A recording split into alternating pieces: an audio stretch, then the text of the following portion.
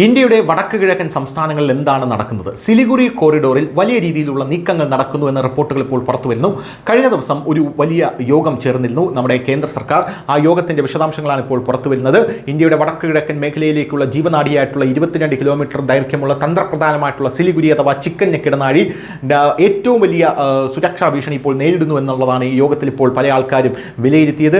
ഈ യോഗത്തിൽ CISF, BSF, SSB, ITBP, RPF, Indian army, വ്യോമസേന, മിലിറ്ററി പോലീസ്, ഇന്റലിജൻസ്, മറ്റുന്നത ഉദ്യോഗസ്ഥർ എന്നിവരെ പങ്കെടുത്തു എന്ന റിപ്പോർട്ടുകൾ പുറത്തുവരുന്നു. സെൻട്രൽ IB ഓഫീസിൽ നടന്ന അപൂർവ ഉന്നതതല യോഗം ഇപ്പോൾ സിലിഗുരി കോറിഡോറിൽ ശക്തമായിട്ടുള്ള നീക്കം ഇന്ത്യ നടത്തണം എന്നുള്ളതാണ് പ്രധാനമായും പറയുന്നത്. നേരത്തെ ഹിമന്ത് ബിശ്വ ശർമ്മ പറഞ്ഞിരുന്നത് ഇന്ത്യക്ക് ഏത് നിമിഷം വേണമെങ്കിലും സിലിഗുരിയുടെ ആ ഒരു അതിർത്തിയുടെ വലിപ്പം കൂട്ടാം എന്നുള്ളതാണ്. ഈ ഒരു പ്രസ്താവന നമുക്ക് ഇതിനോടൊപ്പം ചേർത്ത് വായിക്കേണ്ടതാണ്.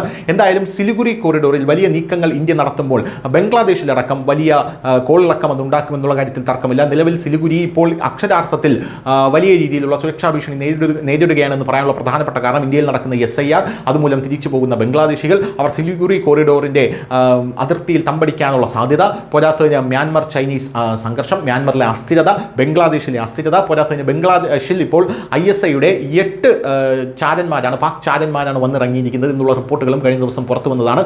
അതിനുശേഷമാണ് ഉടനെ ഇത്ര വലിയ ഉന്നതതല യോഗം നമ്മുടെ കേന്ദ്ര സർക്കാർ ചേർന്നിരിക്കുന്നത്. ന്യൂസ് ഡെസ്ക്, ന്യൂസിൻ്റെ മലയാളം.